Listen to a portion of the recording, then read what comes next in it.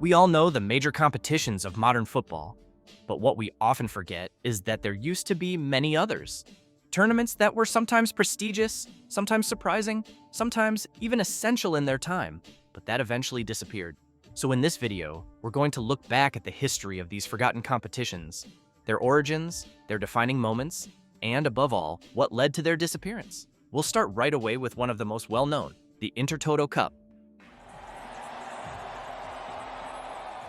The Intertoto Cup is probably one of the most unusual, disappeared competitions in European football, because originally, it wasn't even a cup designed for prestige, but to fill a gap. In the 1960s, there was no European competition during the summer. Domestic leagues were on pause, stadiums were empty, and above all, sports betting networks were looking for matches to keep operating during the off-season. That's where the idea of the Intertoto Cup came from, creating a summer tournament open to clubs that had not qualified for any of the 3 European Cups at the time.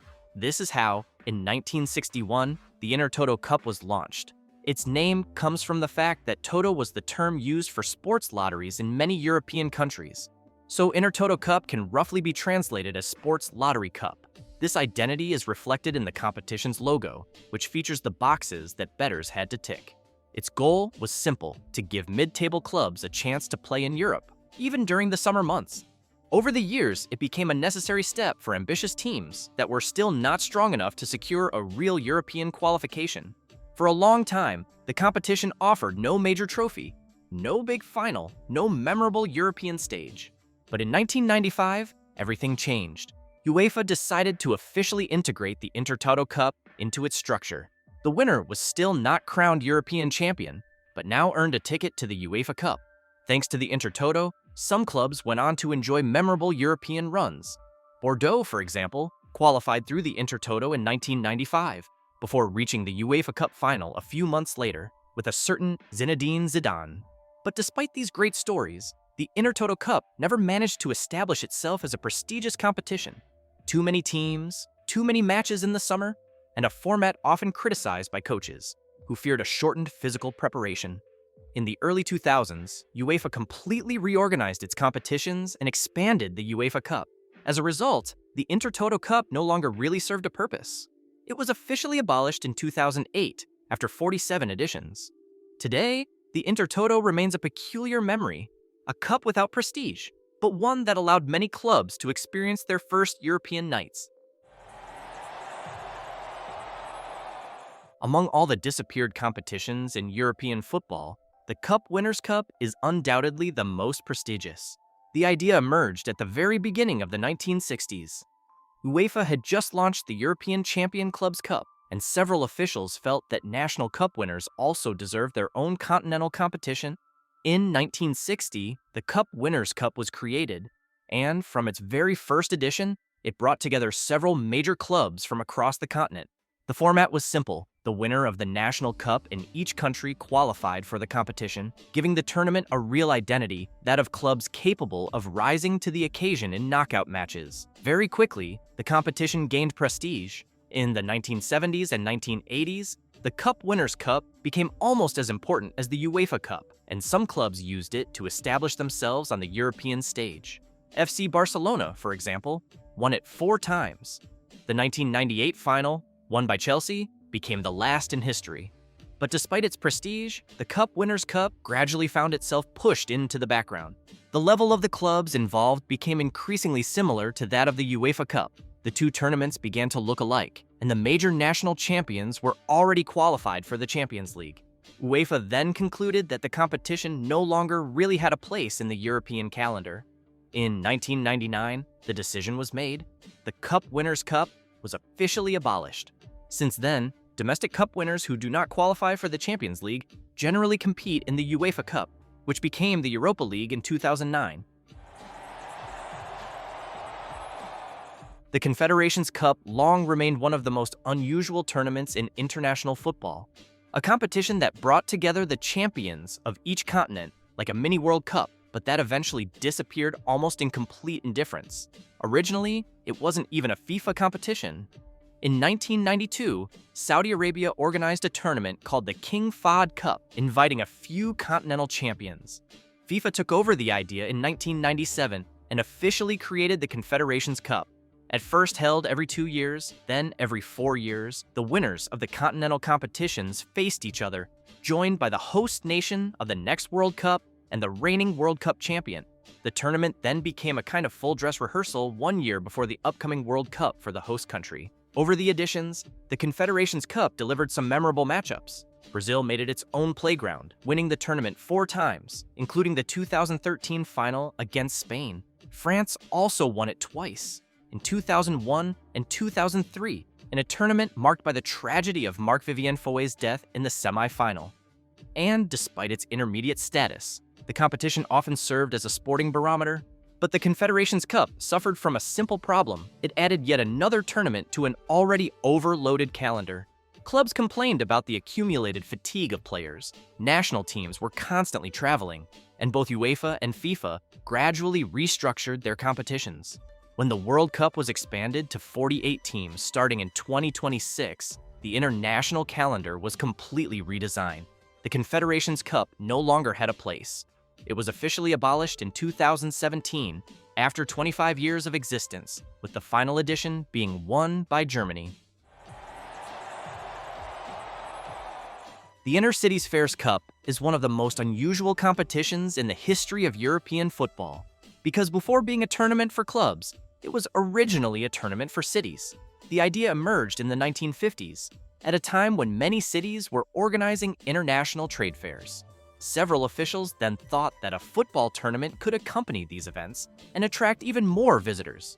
In 1955, the first edition was launched, and unlike all other competitions, the teams did not represent clubs, but cities.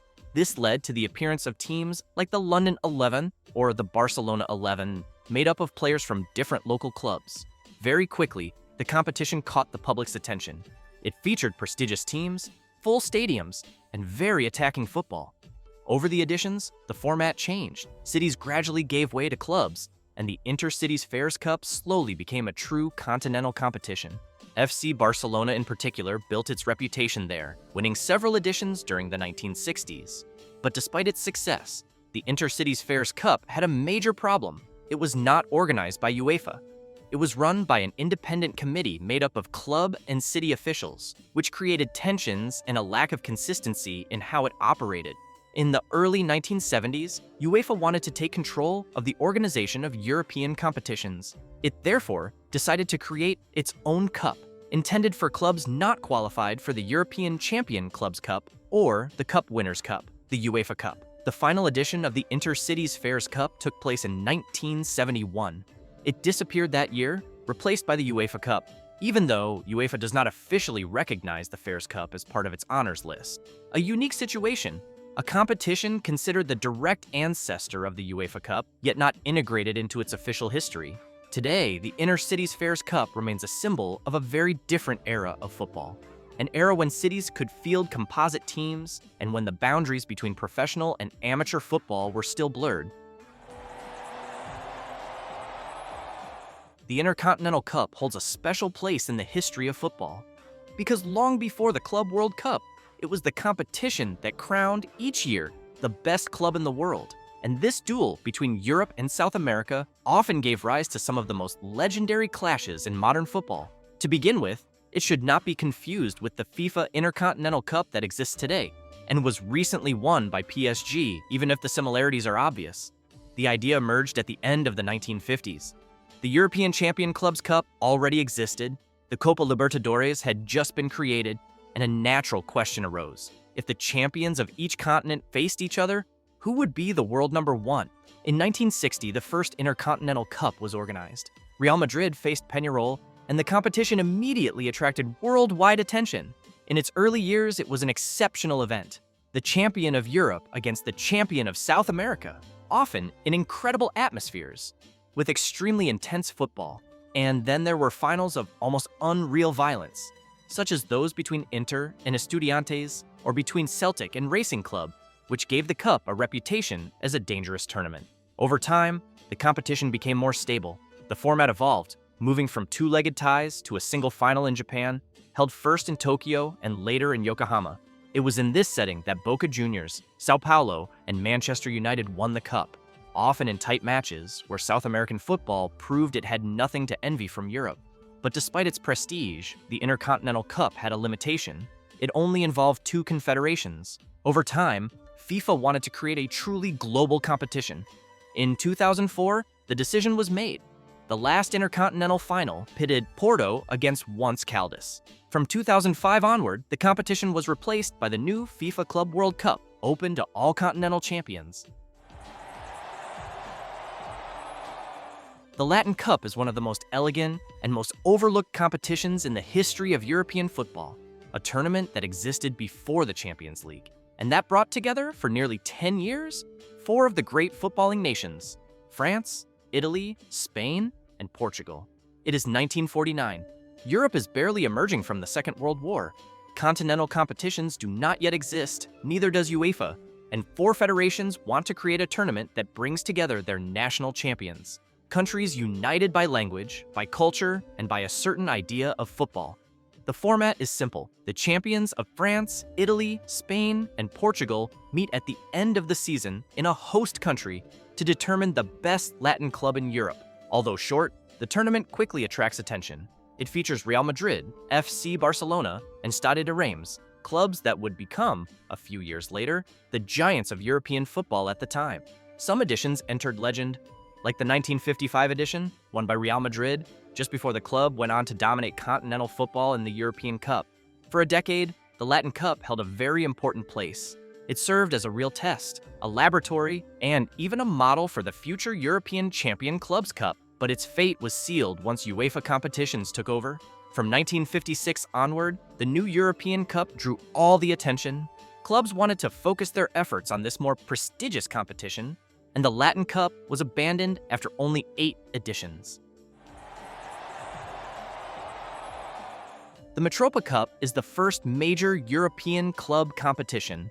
Long before the Champions League, long before even the Intercities Fairs Cup, it was the tournament that made Central European supporters dream. It all begins in 1927. Football becomes professional in several countries in the region, such as Austria, Hungary, Czechoslovakia, and Yugoslavia, and officials want to create a major international competition to measure the level of their clubs. This is how the Mitropa Cup is born. The idea is ambitious: to bring together the best clubs from these 4 nations, joined by Italy, all among the strongest in the world at that time. Rapid Vienna, Slavia Prague, and Austria Vienna take part in the competition. Mythical clubs, often dominant in their domestic leagues, and which give the Mitropa Cup an exceptional level. In the 1930s, the competition reaches its peak. Stadiums are full, matches are intense, and Central Europe dominates world football. But the Second World War changes everything. The founding countries are destabilized, clubs disappear or reorganize, and the Mitropa Cup struggles to regain its pre-war level. It returns in 1951, but the context has changed. UEFA launches its own competitions, the European Champion Clubs Cup attracts all the attention, and Central Europe is no longer the dominant area it once was. Little by little, the Mitropa Cup loses its prestige. It welcomes more modest clubs, sometimes second division teams, and its role becomes that of a secondary tournament, almost symbolic. The competition survives this way into the 1990s, before being definitively abandoned in 1992 after 65 years of existence. The Afro-Asian Cup is one of the least known intercontinental competitions among the general public, yet it marked a particular moment in football history, the moment when Africa and Asia decided to create a symbolic bridge between their champions. It all begins in 1985. The African and Asian football confederations want to strengthen their ties and give more visibility to their teams. They then imagine a simple competition, pitting the African champion against the Asian champion in a 2-legged duel that crowns an intercontinental winner. The concept is appealing, and the tournament quickly becomes a tradition for both continents. Over time, the competition evolves. Sometimes it is the winners of the Continental Cups who face each other, sometimes the finalists, depending on the calendar and availability. Despite its modest format, the Afro-Asian Cup offers some interesting matchups. But the competition suffers from a major problem. It struggles to find its place in an already overloaded calendar, and it fails to attract much attention. From the 2000s onward, FIFA encourages confederations to harmonize their calendars. In 2007, the decision is made. The Afro-Asian Cup is abolished without any real ceremony simply absorbed by the reforms of global football, with Japan winning the final edition against Egypt. The British Home Championship is the oldest international competition in the history of football. Long before the Euros or the World Cup, this tournament brought together each year the four founding nations of football: England, Scotland, Wales, and Northern Ireland.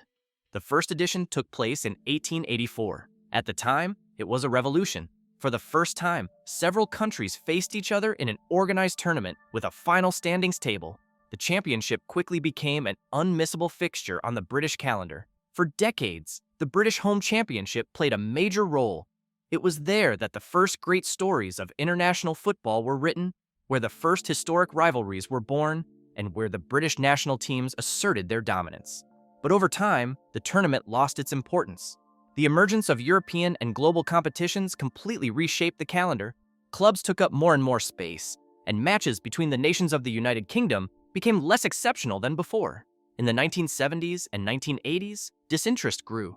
The nations preferred to focus on qualification for the Euros and the World Cup. Stadiums filled less, and the competition no longer held the same sporting value. In 1984, after exactly 100 editions, the British Home Championship was officially abandoned. The final edition was won by Northern Ireland. And to finish, we're going to talk about one of the most criticized competitions in French football, the League Cup. The story begins in 1994. The LFP is looking to create a new trophy reserved for professional clubs, a shorter, more dynamic tournament, and one that would also generate additional revenue through television rights. The League Cup is therefore launched with a simple ambition: to offer an extra trophy and a direct European ticket to the UEFA Cup. For several years, the competition finds its rhythm. The matchups are often surprising, and some finals become memorable. Bordeaux win it in 2002, Saint-Étienne in 2013, and PSG lift the trophy 5 times in a row between 2014 and 2018. But the League Cup is also a competition full of small stories. Empty stadiums in the middle of December, and heavily rotated teams, and others, on the contrary, that built their entire season around it. Metz, Strasbourg, Guignon, or Sochaux all left their mark on the competition in their own way, with unexpected runs and victories that remain etched in supporters' memories. Despite that, the competition is increasingly criticized. Too many matches, an overloaded calendar, and an appeal that diminishes year after year. The arrival of new European competitions and the priority given to Ligue 1 and the Coupe de France eventually seal the tournament's fate.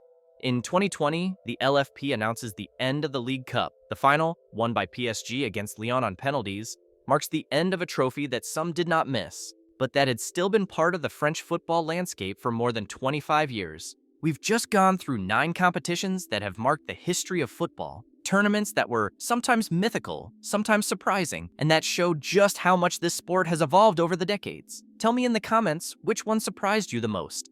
If you enjoyed the video, don't forget to leave a like. It really helps the channel. And subscribe so you don't miss the next ones. See you soon!